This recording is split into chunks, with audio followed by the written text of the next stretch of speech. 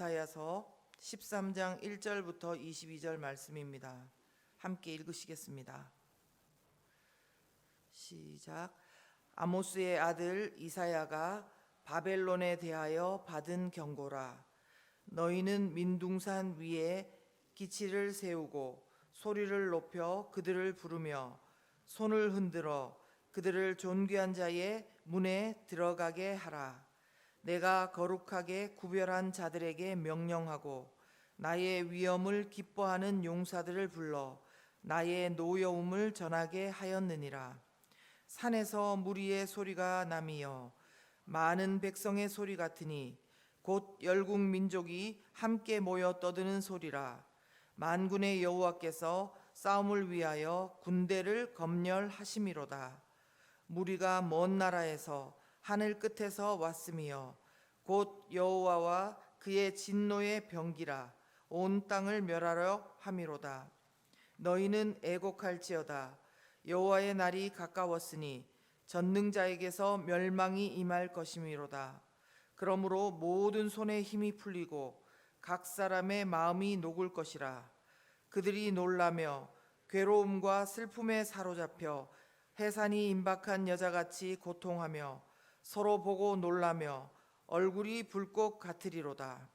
보라, 여호와의 날 곧 잔혹이 분냄과 맹렬히 노하는 날이 이르러 땅을 황폐하게 하며 그 중에서 죄인들을 멸하리니 하늘의 별들과 별무리가 그 빛을 내지 아니하며 해가 돋아도 어두우며 달이 그 빛을 비추지 아니할 것이로다.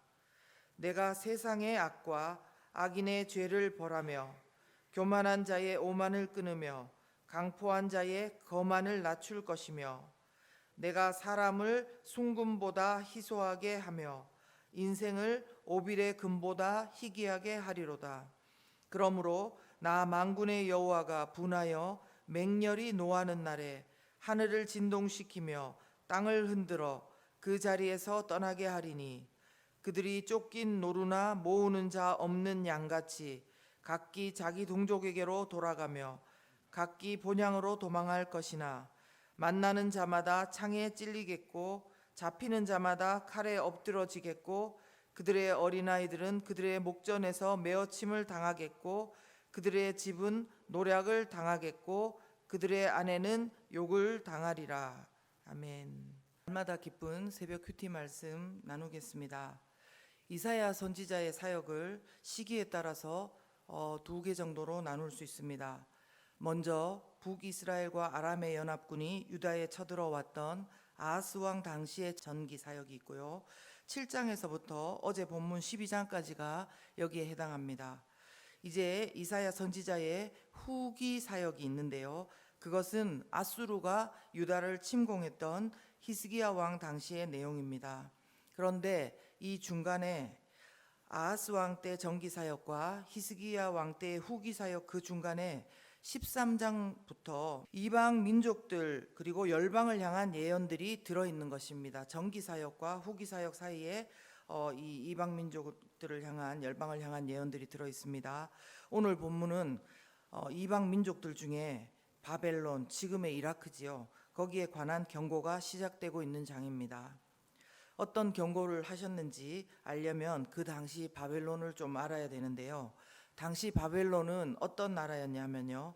바벨론은 그동안 우리가 큐티를 통해서 자주 들어왔던 나라 아수르를 점령하고 새로운 주역으로 나타난 나라였습니다.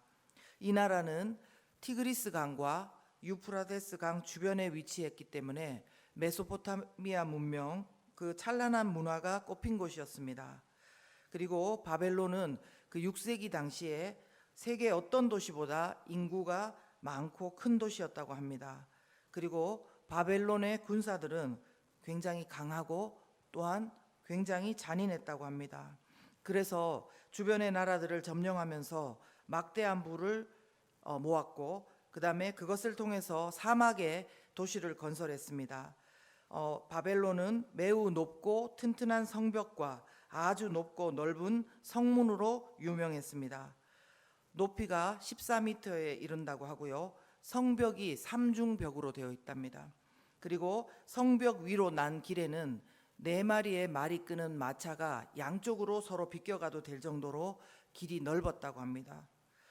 물이 귀한 사막 위에 지은 도시인데도 불구하고 유프라테스 강을 그들은 성 중간으로 끌어들였습니다. 그래서 성 안에서 물을 먹고 쓰고 소비하는데 부족함이 없었고요. 성 전체 바깥길을 쭉 둘러서 해자라는 물길을 만들어서 다리를 8개 놓고 공격할 때도 그 다리를 걷어들이면 들어올 수 없도록 하는 그런 난공불락의 성이었다는 것입니다. 세상적으로 볼 때 정말 더할 나위 없이 위대하고 튼튼한 그런 도시가 바로 바벨론 성이었던 것입니다. 그런데 오늘 본문은 이들에 대해서 아주 다른 평가를 하고 있습니다. 11절에 보시면 하나님께서는 어떻게 말씀하셨냐면 내가 세상의 악과 악인의 죄를 벌하며 교만한 자의 오만을 끊으며 강포하는 거만하고 잔인한 자들이라고 번역되어 있습니다. 현대인의 성경을 보면 강포한 자의 거만을 낮출 것이며 라고 말씀하고 있습니다. 하나님께서는 이들을 악인이다, 교만한 자다, 거만하고 잔인한 자들이라고 평가하고 있는 것입니다. 그들이 소유했고 누렸고 보여주었던 것들은 너무나도 풍요롭고 세상에 좋은 것들을 다 가지고 있는 것하고 절대로 그것은 시간이 지나도 변하지 않을 듯이 보이지만 하나님 눈에는 다른 것입니다. 왜냐하면 그들은 자신들의 힘과 부를 믿고 교만했고 또 그들 자신이 잔인하게 다른 나라들을 짓밟고 갖은 악을 행하는 나라였기 때문입니다. 잠언 6장 16절 이하에 보시면 여호와 하나님께서 미워하시는 것 7개에서 8가지가 있는데 그 중에 제일 먼저 나오는 것이 이것입니다. 교만한 눈과 거짓된 혀와 무죄한 자의 피를 흘리는 손이라고 했습니다.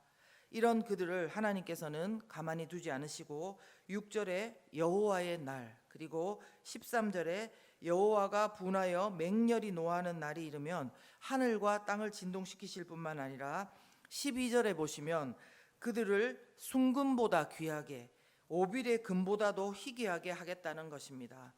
여러분, 금이 얼마나 귀합니까? 그런데 그들의 수를 그 바빌론의 사람들 수를 그 금보다 귀할 정도로 만들어 버리겠다는 무서운 말씀인 겁니다. 그리고 참으로 큰 비극의 역사가 일어날 것을 말씀합니다. 15절에서 16절의 말씀을 보십시오. 만나는 자마다 창에 찔리겠고 잡히는 자마다 칼에 엎드러지겠고 어린아이들 그리고 아내들도 죽고 노략당하리라고 하는 것입니다. 그런데 여러분, 그 당시 근동의 최강국인 바벨론을 이렇게 노략할 나라가 누가 있습니까? 근데 하나님께서는 이사야 선지자를 통해서 이런 일이 일어나고야 말 것을 말씀하십니다. 누구를 통해서 한다고 말씀하시냐면요, 17절에 보시면 은도 귀하게 여기지 않고 금도 좋아하지 않는 메대 사람들을 자극하고 충동해서 그들을 치게 할 것이라는 것입니다. 바벨론은 돈이 많고 부가 축적이 많이 됐다고 했는데 그 많은 돈으로도 매수할 수 없는, 그 심판을 멈출 수 없는 그런 뜻입니다. 근데 18절에 또 보시면 이 메대 사람이 활로 청년을 쏘아 죽이고 태의 열매를 긍휼히 여기지 아니하며 아이를 애석하게 보지 않을 것이라고 합니다. 이 모습은 바벨론 군대가 주변 다른 나라에게 한 것과 같은 잔인함을 떠올립니다. 19절에서 22절을 제가 세 번역으로 읽어보겠습니다. 나라들 가운데서 가장 찬란한 바빌로니아 사람의 영예요 자랑거리인 바빌론은 하나님께서 멸망시킬 때에 마치 소돔과 고모라처럼 될 것이다. 그래서 결국 그 땅에 영원토록 사람이 살지 못하게 하고 그리고 다만 들짐승이나 타조들, 그런 산양들이나 있을 거라는 겁니다. 그 화려하던 궁전에서는 승냥이가 울부짖고 화려하던 신전에는 늑대가 울 것이고, 그리고 맨 마지막 22절에 보시면, 끝부분에 보시면 그의 때가 가까우며 그의 날이 오래지 아니하리라. 그날이 다가오고 있고 세 번역에 의하면 그날은 절대로 연기되지 않는다, 이렇게 말씀하는 것입니다. 하나님께서 반드시 이 일을 행하실 것이라는 것입니다. 자, 그렇다면 여러분, 이 일들, 이 말씀하신 일들 어떻게 되었을까요? 우리는 성경을 통해서 바벨론은 과연 말씀대로 메대 그리고 바사라는 함께 연합된 그 나라에 의해서 무너진 것을 확인할 수 있습니다. 그들은 전쟁에서 얻은 전리품으로 사막 한가운데 엄청난 규모의 도시를 건설했고 가히 그 기세가 하늘에 닿을 듯 했지만 어느 한순간 그 바벨론의 모든 영광은 신기루처럼 사라져버린 것입니다. 그러나 지금 이 땅에 더 이상 바벨론이라는 나라는 없다고 해서 모든 것이 끝난 것은 아닙니다. 바벨론이라는 것은 단순히 한 나라만을 말하는 것이 아니라 하나님과 성도를 대적하는 악한 세력을 말하기 때문입니다. 14장에 보면 사탄의 기원을 말하는 본문이 나오는데요. 바벨론을 이야기하는 그 본문이 바로 사탄의 기원을 말하는 본문이라고 저희가 그렇게 알고 있습니다. 그리고 요한계시록에도 보면 세상을 대표하는 단어로요, 바벨론이라는 단어를 쓰고 있는데, 예를 들어 계시록 17장 5절에 보시면 큰 바벨론이라 땅의 음녀들과 가증한 것들의 어미다 이렇게 표현하고 있고요. 18장 2절에 보시면 큰 성 바벨론이여 귀신의 처소와 각종 더러운 영이 모이는 곳, 이렇게 바벨론을 표현하고 있는 것입니다. 그러므로 여전히 이 세상의 음녀, 더러운 영의 세계인 바벨론은 우리 가운데 존재하는 것입니다. 이 전쟁은 이미 예정된 온 땅을 멸하시고 심판하러 오실 여호와 하나님의 날이 올 때까지 계속될 것이고, 하나님은 지금도 당신의 군대를 모으고 계십니다. 3절을 보십시오. 이 일들이 어떤 사람 누구를 통해서 이루어지는지요. 3절에 보시면 내가 거룩하게 구별한 자들에게 명령하고 나의 위엄을 기뻐하는 용사들을 불러 나의 노여움을 전하게 하였느니라. 아멘. 그렇습니다. 거룩하게 구별된 자들이 누구입니까? 하나님의 위엄을 기뻐하는 용사들이 누구입니까? 주님의 노여움을 전할 자가 누구입니까? 영접하는 자, 그 이름을 믿는 자들에게는 하나님의 자녀가 되는 권세를 주셨다고 했습니다. 예수님을 믿고 거룩하신 하나님의 자녀가 된 우리가 바로 성도이고 거룩하게 구별된 자입니다. 우리의 신분은 하나님 나라 백성입니다. 그러므로 이 땅 가운데 세상 나라와의 전쟁을 피할 수 없습니다. 거룩하게 구별된 자로 오늘도 우리가 있는 모든 영역 속에서 하나님의 용사로서 악에 맞서고 교만과 거만과 잔인함을 대적하는 우리 모두가 되었으면 좋겠습니다. 오늘 제가 본문에서 만난 인간은 3절에서 거룩하게 구별되어 하나님의 용사된 인간의 모습입니다. 그리고 또 오늘 제가 본문에서 만난 하나님은 11절에서 교만한 자를 심판하시는 하나님입니다. 여러분이 오늘 본문에서 만난 인간은 어떤 인간이며 어떤 하나님이십니까?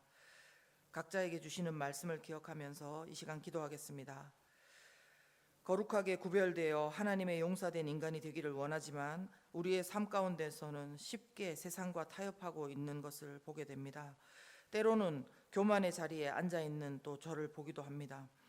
하나님께서 이 시간 우리를 불쌍히 여겨주시고 교만한 자를 심판하시는 하나님을 묵상하면서 오늘도 겸손하게 기도하며 삶의 자리에서 하나님이 사용하시는 귀한 통로 되게 하여 주시옵소서. 함께 기도하겠습니다.